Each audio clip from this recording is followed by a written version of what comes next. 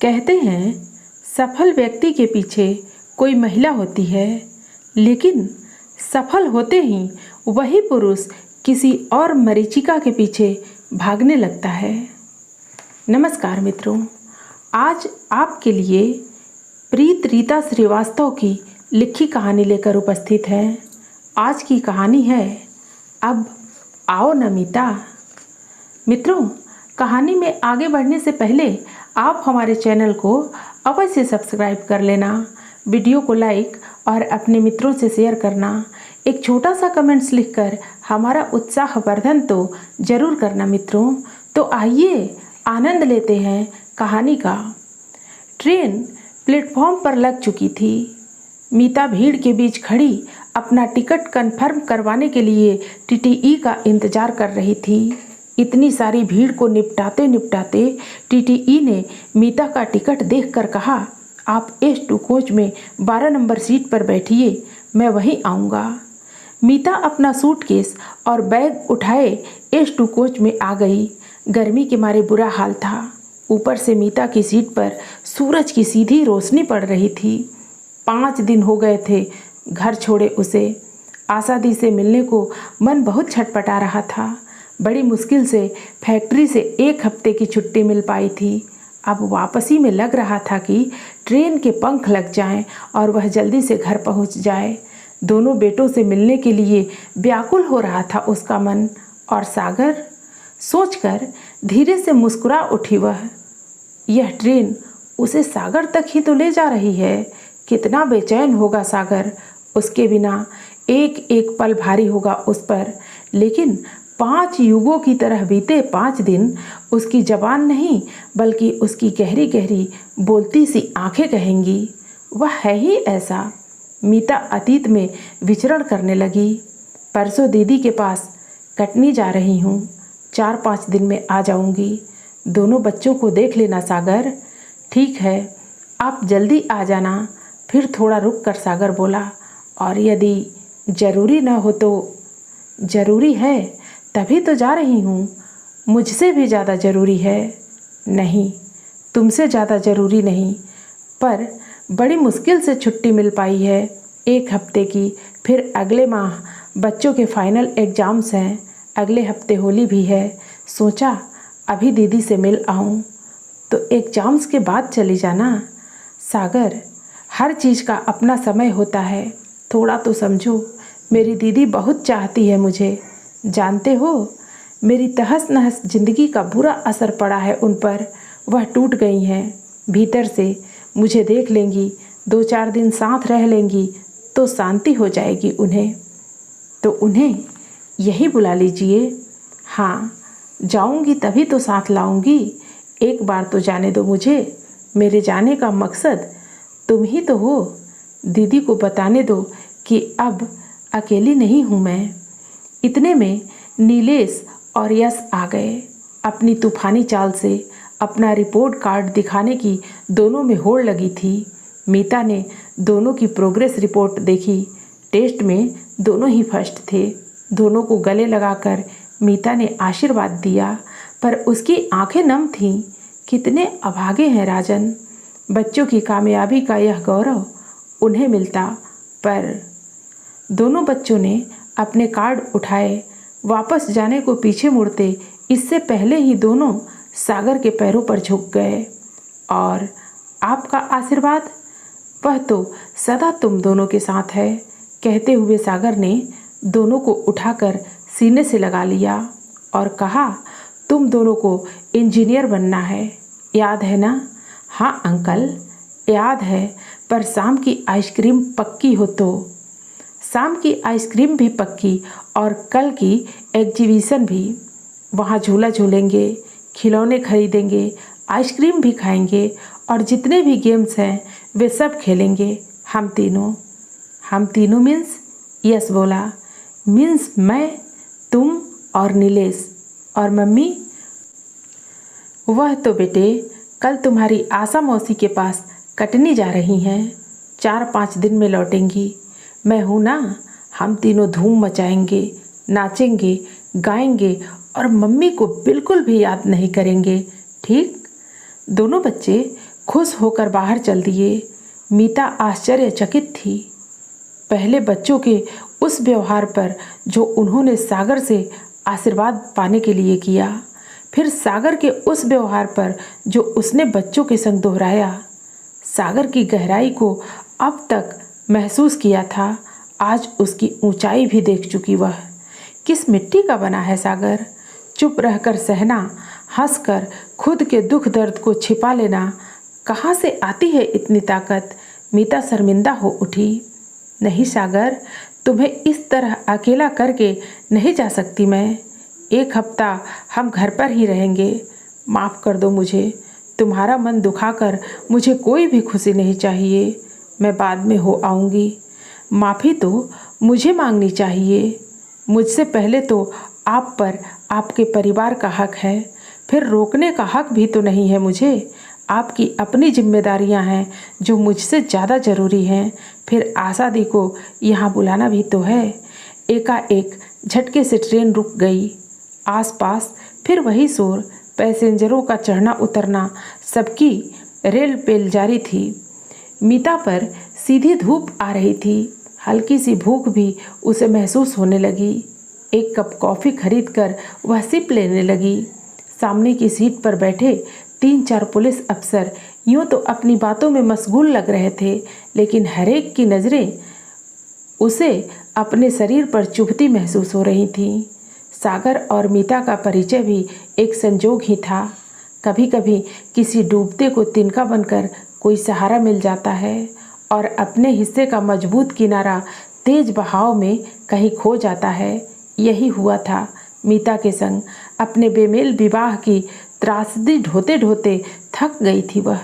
पूरे 11 सालों का यातनापूर्ण जीवन जिया था उसने। जिंदगी बोझ बनने लगी थी, पर हारी नहीं थी वह। आत्महत्या कायरता की निशानी थी। उसने वक्त के सामने घुटने टेकना तो सीखा ही न था। एक मजबूत औरत जो है वह, मगर 11 सालों में पति रूपी दीमक ने उसके वजूद को ही चाटना शुरू कर दिया था।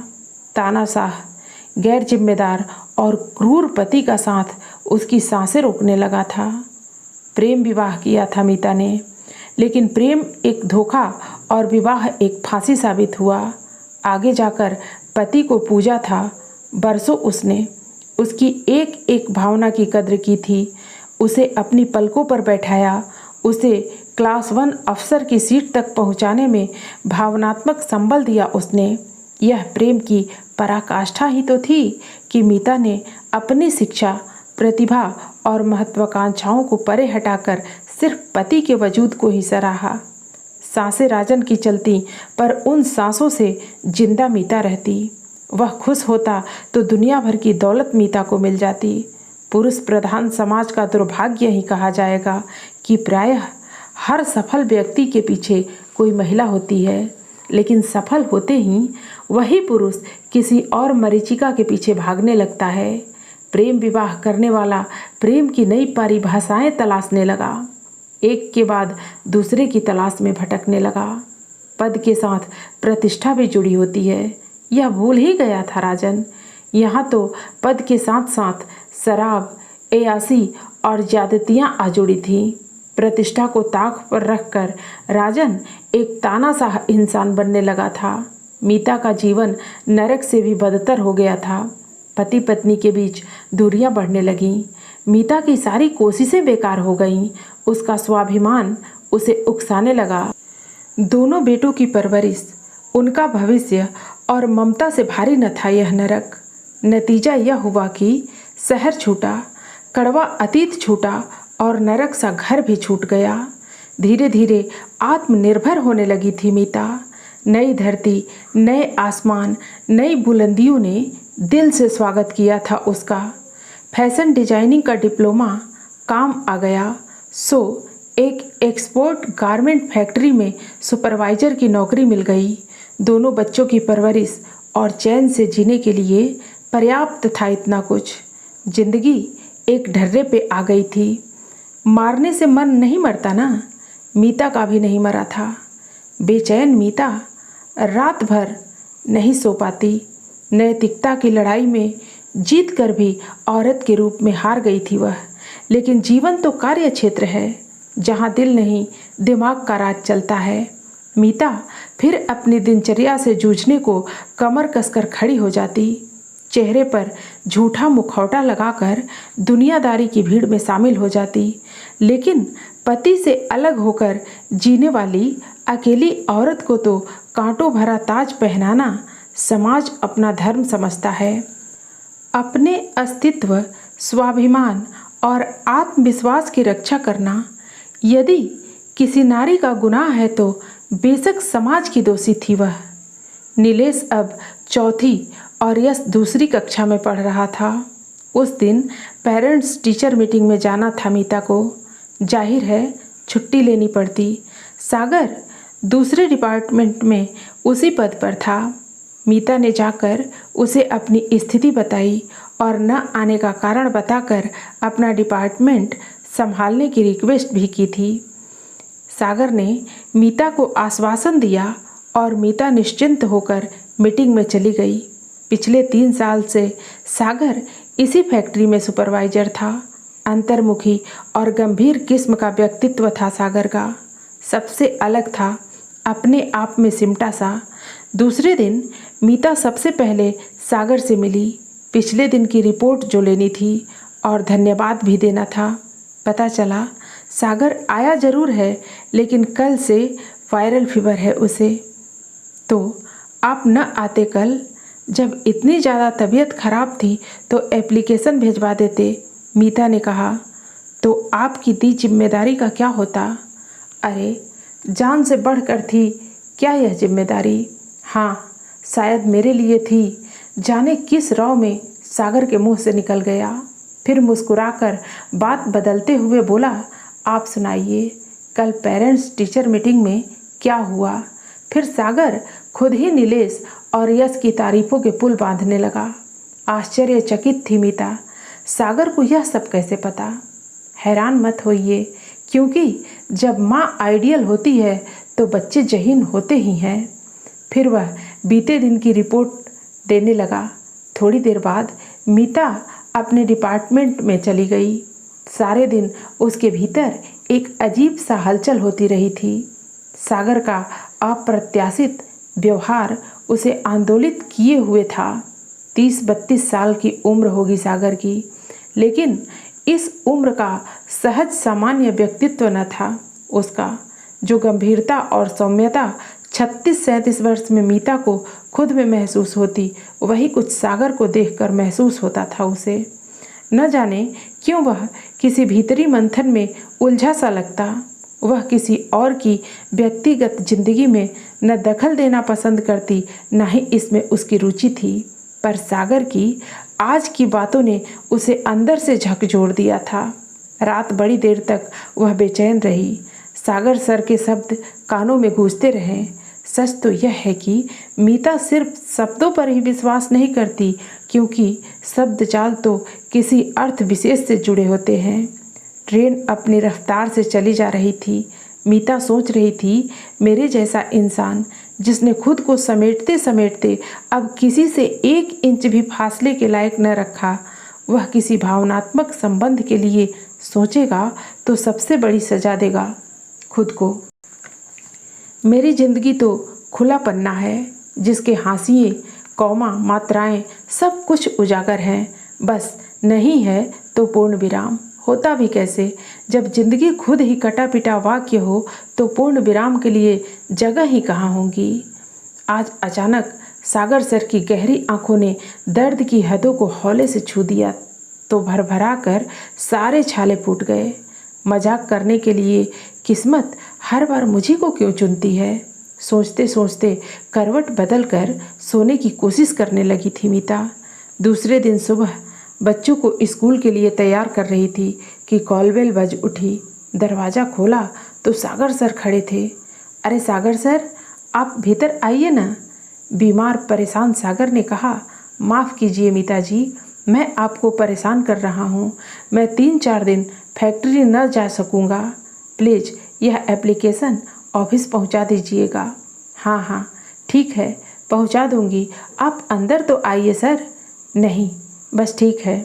शायद चक्कर आ रहे थे सागर को, लड़खड़ाते हुए दीवार से सिर टकराते टकराते बचा।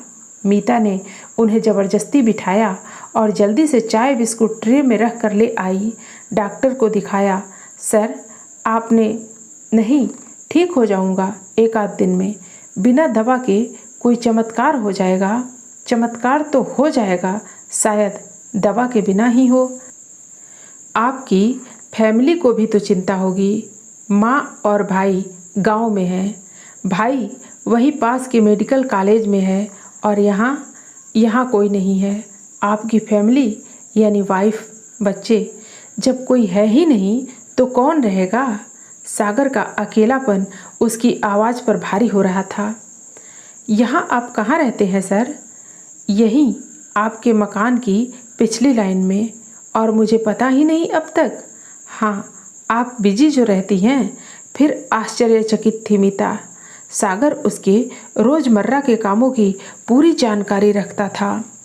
चाय पीकर सागर जाने के लिए खड़ा हुआ। दरवाजे से बाहर निकल ही रहा था कि वापस पलट कर बोला, एक रिक्वेस्ट है आपसे। कहिए, प्लीज़ बुरा मत मानिए। मुझे आप सर न कहिए। एक बार और रिक्वेस्ट करता हूँ। अरे, इतने सालों की आदत बन गई है सर। अचानक सभी कुछ नहीं होता, बस धीरे धीरे ही तो सब कुछ बदलता है। जवाब सुने बिना ही वह वापस लौट गया। हाथ में ट्रे पकड़े मीता खड़ी की खड़ी रह गई। सागर की पहेलियाँ उसकी समझ से परे थीं। धीरे धीरे 4-5 दिन बीत गए। सागर का कोई पता, कोई खबर न थी। छुट्टियां खत्म हुए भी 2 दिन बीत चुके थे। मैनेजर ने मीता को बुलवाकर सागर की तबीयत पता करने की जिम्मेदारी सौंपी। घर आने से पहले उसने पीछे की रो में जाकर सागर का घर ढूंढने की कोशिश की तो उसे ज़्यादा परेशानी नहीं हुई। बहुत देर तक बेल बजाती रही लेकिन दरवाज़ा न खुला। किसी आशंका से कांप उठी वह। दरवाजे को एक हल्का सा धक्का दिया तो वह खुल गया। मीता भीतर गई तो सारे घर में अंधेरा ही अंधेरा था। टटोलते हुए वह स्विच तक पहुंची। लाइट ऑन होने की रोशनी हुई तो भीतर के कमरे में बेसुध सागर को पड़े देखा। 3-4 आवाज़ें दी उसने, पर जवाब नदारद था। सागर को होश होता तब न जवाब मिलता। उल्टे पैर दरवाज़ा भेड़ कर मीता अपने घर आ गई। सागर का पता बताकर नीलेश को सागर के पास बैठने को भेजा और खाना बनाने में जुट गई।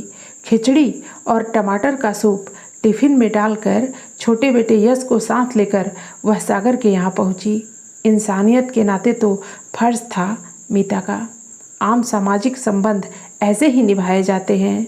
घर पहुंचकर देखा, शाम को जो घर अंधेरे में डूबा वीरान था, अब वही नीलेश और सागर की आवाज़ से गुलजार था। मीता को देखते ही नीलेश उत्साहित होकर बोला, मम्मी, अंकल को तो बहुत तेज फीवर था। फ्रिज से आइस निकालकर मैंने ठंडी पट्टियाँ सिर पर रखी, तब कहीं जाकर फीवर डाउन हुआ है। प्रशंसा भरी नज़रों से उसे देखकर वह बोली, मुझे पता था बेटे कि तुम्हारे जाने से अंकल को अच्छा लगेगा और अब मैं डॉक्टर बनकर अंकल को दवा देता हूँ। यश कहाँ पीछे रहने वाला था। मम्मी के बैग से क्रोसिन और कॉम्बीफ्लेम की स्ट्रिप वह पहले ही निकाल चुका था। चलिए अंकल, खाना खाइए, फिर मैं दवा खिलाऊंगा आपको। यश का आग्रह न टाल सका सागर। आज पहली बार उसे अपना घर महसूस हो रहा था। सच तो यह था कि आज पहली बार उसे भूख लगी थी। काश हर हफ्ते वह यूं ही बीमार होता रहे। घर ही नहीं, उसे अपने भीतर भी कुछ भरा भरा सा महसूस हो रहा था। खाना खाते खाते मीता से उसकी नज़रें मिली तो आंखों से छिपी कृतज्ञता को पहचान लिया मीता ने। इन्हीं आंखों ने तो बहुत बेचैन किया है उसे। मीता की आंखों में क्या था, सागर न पढ़ सका। शायद पत्थर की भावनाएं उजागर नहीं होती। सागर धीरे धीरे ठीक होने लगा। नीलेश और यश का साथ और मीता की देखभाल से यह संभव हो सका था। उसकी भीतरी दुनिया भी व्यवस्थित हो चली थी। अंतर्मुखी और गंभीर सागर अब मुस्कुराने लगा था। नीलेश और यश ने भी अब तक माँ की सुरक्षा और छांव ही जानी थी। पापा के अस्तित्व को तो जाना ही न था उन्होंने। सागर ने उस रिश्ते से न सही लेकिन किसी बेनाम रिश्ते से जोड़ लिया था खुद को। और मीता एक अनजान सी दीवार थी अब भी दोनों के बीच। फैक्ट्री में वही औपचारिकताएं थीं, घर में नीलेश और यश ही सागर के इर्द गिर्द होते। मीता चुप रहकर भी सामान्य थी, लेकिन सागर को न जाने क्यों अपने करीब महसूस करती थी। दिनों दिन घर का सूनापन भरने लगा था। मीता ने इस बदलाव पर आशा दी को पत्र लिखा। तुरंत उनका जवाब आया, शायद कुदरत अपनी गलती पर पछता रहा हो मीता, जो होगा अच्छा होगा। सागर के रूप में उसे अपना एक हमदर्द मिला तो जीवन जीना सहज होने लगा। फिर भी हर वक्त एक आशंका और डर छाया रहता। सब कुछ वक्त के हवाले करके आंखें मूंद ली थी मीता ने। आंटी, आपका पर्स नीचे गिरा है। बहुत देर से आवाज़ से स्मृतियों की यात्रा में पड़ाव आ गया। सामने की सीट पर बैठी एक युवती मीता को जगा रही थी। उसे लगा मीता सो रही है। मीता ने पर्स उठाया और उसे थैंक यू बोला। कितनी अजीब होती है सफ़र की स्थितियाँ, या तो हम अतीत में होते हैं या भविष्य में। गाड़ी के पहिए आगे बढ़ते और यादें पीछे लौटती हैं। पीछे छूटे लोगों की गंध और चेहरे साथ चलते महसूस होते हैं। चलते वक्त आशा दी की आंखें रो रो कर लाल हो गई थीं, पर किसी तरह स्वयं को संयत कर बोली थी, आज पहली बार लग रहा है मीता कि मैं अपनी बहन नहीं बेटी को विदा कर रही हूँ। अब जब आएगी तो अपने परिवार के संग आएगी। तेरा सुख देखने को तो आंखें तरस गई मीता। सागर तो फरिश्ता बनकर आया है मेरे लिए, वरना राजन ने तो। छोड़ो न आशा दी, मत याद करो वह सब, मत दिल दुखाओ। मीता रो उठी। दोनों बहनें एक दूसरे के गले लगकर बहुत देर तक रोती रहीं। आशा दी, आप एक बार आकर सागर से मिलो तो। अब कुछ पाकर भी खो देने का डर बार बार मन में समा जाता है। अपनी किस्मत पर विश्वास नहीं रहा अब। पगली, जिंदगी में सच्ची चाहत सबको नसीब नहीं होती। चाहत की चाहने वाले की कद्र करनी चाहिए। उम्र के फासले को भूल जा, क्योंकि प्यार उम्र को नहीं दिल को जानता है। सच के सामने सिर झुका दे मेरी बहन। नीलेश और यश के लिए भी सागर से बेहतर और कोई नहीं हो सकता। सागर को डॉक्टर के पास चेकअप के लिए ले जाना था। मीता फैक्ट्री से सीधी सागर के घर चली आई।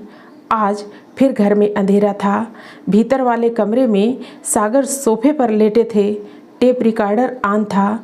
तुझ बिन जोगन मेरी रातें, तुझ बिन मेरे दिन बंजारे।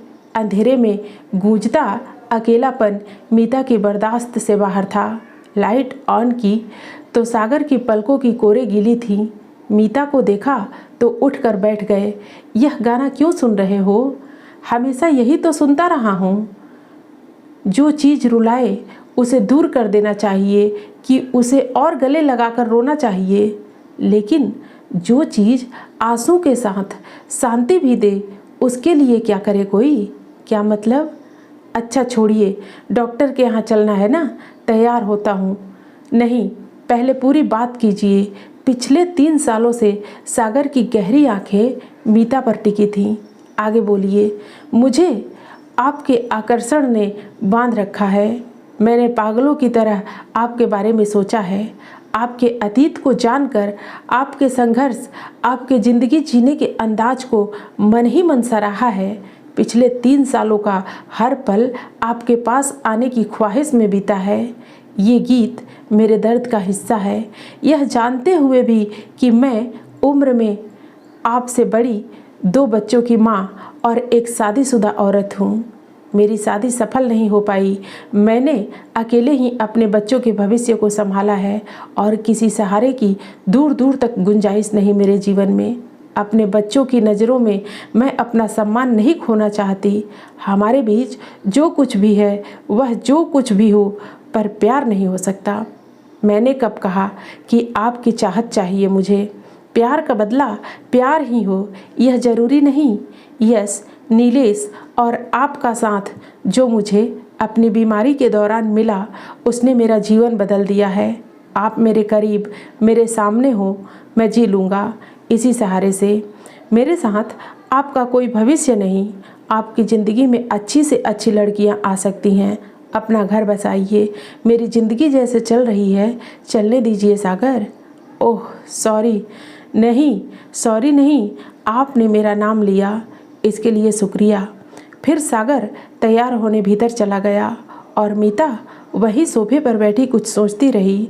सागर को सिविल इंजीनियर बनाना चाहते थे उसके डॉक्टर पापा। असमय ही सिर से पिता का साया क्या उठा। सागर रातों रात बड़प्पन की चादर ओढ़ घर का बड़ा और जिम्मेदार सदस्य हो गया। 2-3 साल तक इंजीनियरिंग की डिग्री का इंतज़ार, फिर नौकरी की तलाश करना उसके लिए नामुमकिन था। इसलिए अपनी मंजिल को गुमनामी में धकेल कर सबसे पहले फाइनल में पढ़ रही छोटी बहन सोनल के हाथ पीले किए। उसके पापा के अधूरे कामों को पूरा करने का बीड़ा उठाया था सागर ने। सारी ज़मीन जायदाद का हिसाब करके, सारा पैसा बैंक में जमा कर, रोहित का मेडिकल में एडमिशन कराकर वह यहाँ आ गया। माँ को सारा उत्तरदायित्व सौंप कर वह निश्चिंत था। अपने लिए कुछ सोचना उसकी फितरत में न था। बहन अपने घर में खुश थी। राहुल का कैरियर बनना निश्चित था। माँ को आर्थिक सुरक्षा दे वह अकेला होकर ज़िंदगी जीने लगा। बिल्डिंग, पुल और सड़क बनाने वाली आंखें यहाँ सल्ट बनते देखने लगी थीं। मशीनों के शोर में वह सब कुछ भूल जाना चाहता था। कपड़ों की कतरनों में उसे अपने ध्वस्त सपनों के अक्स नजर आते। किनारे पर आकर जहाज डूबा था उसका। बड़ा जानलेवा दर्द होता है किनारे पर डूबने का। फिर यहाँ मीता को देखा, उसकी समझौते भरी जिंदगी का हस्र देखा तो ठगा सा रह गया वह। एक अकेली औरत का साहस देखकर कायल हो गया। उसका मन, उसकी प्रतिभा, शिक्षा और संस्कार का एहसास हर मिलने वाले को पहली नज़र में ही हो जाता। दूसरों के मन को समझने वाली पारखी नज़र मीता की विशेषता थी। न होती तो सागर के भीतर बसा खालीपन वह कैसे महसूस कर पाती भला। मीता अपनी सीमा जानती थी। उसने सब कुछ वक्त और हालात पर छोड़ दिया था। लेकिन मीता जानने लगी थी सागर वह नहीं जो नज़र आता है। कई बार उसकी गहरी आंखें कुछ सोचने पर विवश कर देती मीता को। मीता झटक देती जल्दी से अपना सिर। नहीं, उसे यह सब सोचने का हक नहीं। पर सिर झटकने से क्या सब कुछ छिटक जाता है? इंसान अकेलापन तो बर्दाश्त कर लेता है, लेकिन भीड़ के बीच अकेलापन बहुत भारी होता है। पहले कम से कम उसका जीवन एक ढर्रे पर तो था। अपने बारे में उसने सोचना ही बंद कर दिया था। लेकिन सागर का साथ पाकर कमज़ोर होने लगी थी वह। दूसरी ओर एक जिम्मेदार माँ है, वह यह भी नहीं भूलती थी। अनिश्चय के झूले में झूल रही थी मीता। भावनाओं का चक्रवात उसे निगलने को आतुर था। फैक्ट्री की गोल्डन जुबली थी उस दिन। सुबह से ही कड़ाके की सर्दी थी। 6 बजने को थे। मीता जल्दी जल्दी तैयार होकर फैक्ट्री की ओर चल दी। घर से निकलते ही थोड़ी दूर पर सागर उसी ओर आता दिखाई दिया। अरे, आप तो तैयार भी हो गई? मैं आपको ही देखने आ रहा था। तुम तैयार नहीं हुए? धोबी को प्रेस के लिए कपड़े दिए हैं, बस लाकर तैयार होना बाकी है। चलिए, आपको स्पेशल कॉफ़ी पिलाता हूँ, फिर हम चलते हैं। दोनों सागर के घर आ गए। मीता ने कहा, मैं जब तक कॉफ़ी बनाती हूँ तुम कपड़े ले आओ। बसंती रंग की साड़ी में मीता की सादगी भरी सुंदरता को एकटक देखता रह गया सागर। एक बात कहूँ आपसे? मीता ने हामी भरते हुए गर्दन हिलाई। बड़ा बदकिस्मत रहा आपका पति जो आपके साथ न रह पाया, पर बड़ा खुशनसीब भी रहा जिसने आपका प्यार भी पाया और फिर आपको भी। और तुम सागर, मुझसे तो आपको मिलना ही था। एक ठंडी सांस ली मीता ने। उस दिन सागर के घर पर ही इतनी देर हो गई कि उन्हें फैक्ट्री के फंक्शन में जाने का प्रोग्राम टालना पड़ा था। उफ, यह मुलाकात कितने सारे सवाल छोड़ गई थी। दूसरे दिन सागर जब मीता से मिला तो एक नई मीता उसके सामने थी। सागर को देखते ही अपने वदन के हर कोने पर सागर का स्पर्श महसूस होने लगा उसे। भीतर ही भीतर सिहर उठी वह। आंखें खोलने का मन नहीं हो रहा था उसका, क्योंकि बीती रात का अध्याय जो समाया था उसमें, इतने करीब आकर, इतने करीब से छूकर जो शांति और सुकून सागर से मिला था वह शब्दों से परे था। जिंदगी ने सूद सहित जो कुछ लौटाया वह अनमोल था मीता के लिए। सागर ने बाहें फैलाईं और मीता उनमें जा समाई। दोनों ही मौन थे, लेकिन उनके भीतर कुछ भी मौन न था। जैसे रात की खामोशी में झील का सफ़र, कश्ती अपनी धीमी धीमी रफ्तार में है और चांदनी रात का नशा खुमारी में बदलता जाता है। शाम का अंधेरा घिरने लगा था। जंगल, गांव, पेड़ और सड़क सब पीछे छूटते जा रहे थे। ट्रेन अपनी गति में थी। अधिकांश यात्री बर्थ खोलकर सोने की तैयारी में थे। मीता ने भी बैग से कंबल निकालकर उसकी तहें खोली, एयर फिलो निकालकर हवा भरी और आराम से लेट गई। अभी तो सारी रात का सफ़र है। सुबह 10 बजे के आसपास घर पहुंचेगी। कंबल को कसकर लपेटे वह पिछली बातों में खोई हुई थी। मन की अंधेरी सुरंग पर तो बरसों से ताला पड़ा था। पहले वह मानती थी कि यह जंग लगा ताला न कभी खुलेगा, न उसे कभी चाबी की ज़रूरत पड़ेगी। लेकिन ऐसा हुआ कि न सिर्फ ताला टूटा, बल्कि बरसों बाद मन की अंधेरी सुरंग में ठंडी हवा का झोंका बनकर कोई आया और सब कुछ बदल गया। सफ़र में एक एक पल मीता की आंखों से गुजर रहा था। जिंदगी के पाताल में कहाँ क्या दबा है, क्या छुपा है, कब कौन उभर कर ऊपर आ जाएगा, कौन नीचे तल में जाकर खो जाएगा, पता नहीं। विश्वास नहीं होता इस अनहोनी पर जो सपनों में भी हजारों किलोमीटर दूर था। वह कभी इतना पास भी हो सकता है कि हम उसे छू सकें, और यदि न छू पाएं तो बेचैन हो जाएं। जिंदगी की अपनी गति है, गाड़ी की तरह, कहीं रोशनी, कहीं अंधेरा, कहीं जंगल, कहीं खालीपन। यहाँ आज़ादी के पास आना था। होली भी आने वाली है। बच्चों के एग्ज़ाम भी थे और इस बीच किराए का मकान भी शिफ्ट किया था, उसे सेट करना था। सागर 3-4 दिन से अस्पताल में दाखिल था। पीलिया का अंदेशा था। वह सागर को भी संभाले हुए थी। एक ट्रिप सामान मेटाडोर में भेजकर दूसरी ट्रिप की तैयारी कर सामान पैक करके रख दिया। सोचा सामान लोड करवा कर अस्पताल जाएगी, सागर को देखकर खाना पहुंचा देगी, फिर लौटकर सामान सेट होता रहेगा। लेकिन तभी सागर खुद वहां आ पहुंचा। अरे तुम यहाँ? मैं तो यहाँ से फ्री होकर तुम्हारे पास आ ही रही थी। लेकिन तुम आए कैसे? क्या डिस्चार्ज हो गए? डिस्चार्ज नहीं हुआ, पर ज़बरदस्ती आ गया हूँ डिस्चार्ज होकर। क्यों ज़बरदस्ती क्यों? आप अकेली जो थी, इतना सारा काम था और आपके साथ तो कोई नहीं है मदद के लिए। खाना बदोश ज़िंदगी ने आदी बना दिया है सागर। ये काम तो ज़िंदगी भर के हैं, क्योंकि कोई भी मकान मालिक 1 या 1.5 साल से ज़्यादा रहने ही नहीं देता है। नहीं, जिंदगी भर नहीं, अब आपको एक ही मकान में रहना होगा। बहुत हो गया यह बंजारा जीवन। हाँ, सोच तो रही हूँ फ्लैट बुक कर लूँगी साल के भीतर कहीं न कहीं। सागर खाली मकान में चुपचाप दीवार से टिका हुआ था। मीता को उसने अपने पास बुलाया।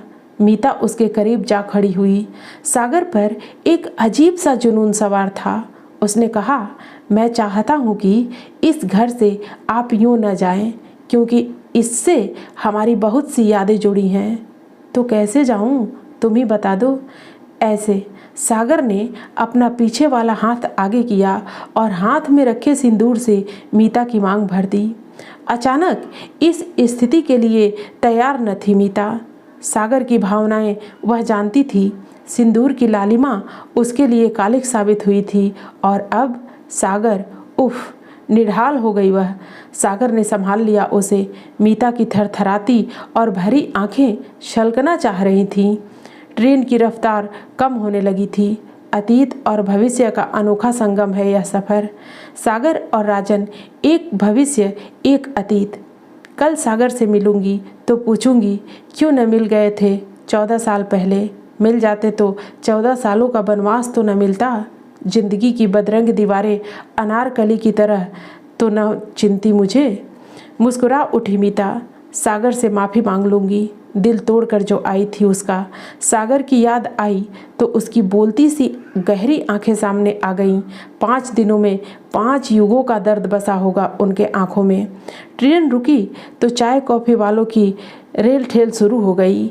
मीता ने चाय पी और फिर कंबल ओढ़कर लेट गई, इस सपने के साथ कि सुबह 10 बजे जब ट्रेन प्लेटफॉर्म पर रुकेगी तो सागर उसके सामने होगा। नीलेश और यश उसे सरप्राइज देने आसपास कहीं छिपे होंगे, लेकिन ऐसा कुछ भी नहीं हुआ। सुबह भी हुई, मीता की आंखें भी खुली, उसने प्लेटफार्म पर कदम भी रखा, पर वहाँ न सागर, न नीलेश, न यश। थोड़ी देर उसने इंतजार भी किया, लेकिन दूर दूर तक किसी का कोई पता न था। रोवासी और निराश मीता ने अपना सामान उठाया और बाहर निकलकर ऑटो पकड़ा। क्या जिंदगी ने फिर मजाक के लिए चुन लिया है उसे? पूरे शहर में होली का हुड़दंग था। इन रंगों का वह क्या करे जब इंद्रधनुष के सारे रंग न जाने कहाँ गुम हो गए थे। बहुत भीड़ थी रास्ते में। घर के सामने ऑटो रुका तो घर पर ताला लगा था। वह परेशान हो गई। अचानक घर के ऊपर नजर गई तो वहाँ टूलेट का बोर्ड लगा था। उसी ऑटो वाले को सागर के घर का पता बताकर वापस बैठी मीता। अनेक आशंकाओं से घिरा मन रोने रोने को हो गया। सागर के घर के आगे बड़ी चहल पहल थी। टेंट लगा था, सजावट, वह भी फूलों की झालर और लाइटिंग से गार्डन के सारे पेड़ों पर बल्बों की झालरें लगी थी। खाने और मिठाइयों की सुगंध चारों तरफ बिखरी थी। ऑटो के रुकते ही लगभग दौड़ती बदहवास मीता भीतर की ओर दौड़ी। भीतर पहुंचने से पहले ही जड़ होकर वह जहां थी वहीं खड़ी रह गई। दरवाजे पर आरती का थाल लिए सागर की माँ और सुहाग का जोड़ा मंगलसूत्र और लाल चूड़ियों से भरा थाल पकड़े सागर की छोटी बहन खड़ी थी। नीचे की सीढ़ी पर हाथ जोड़कर स्वागत करता सागर का छोटा भाई मुस्कुरा रहा था। मीता ने देखा झकाझक सफ़ेद कुर्ता पजामा पहने, लाल टीका लगाए सागर उसी सोफे पर बैठा यश को तैयार कर रहा था जहां उस शाम दोनों की जिंदगी ने रुख बदला था। रोहित मस्ती में झूमता मीता की ओर आने लगा। सागर ने मीता को देखते ही आवाज़ लगाई, नीलेश बेटे। जी पापा। जाओ ऑटो से मम्मी का सामान उतारो और ऑटो वाले को पैसे भी दे दो। जी पापा। नीलेश बाहर आने लगा तो सागर ने फिर आवाज़ दी, और सुनो, ऑटो वाले को मिठाई जरूर देना। जी पापा। मीता बुत बनी सागर को एकटक देख रही थी। सागर की गहरी आंखें कह रही थीं, इंजीनियर जरूर आधा हूँ, लेकिन घर पूरा बनाना जानता हूँ, है ना? अब आओ न मीता। मित्रों, हर कहानी में कोई न कोई संदेश छुपा होता है। कहानी लोगों का मनोरंजन करने के साथ साथ जिंदगी की ज़रूरी सीख भी देती है। फिर मिलते हैं अगली प्रस्तुति में नई कहानी के साथ। धन्यवाद।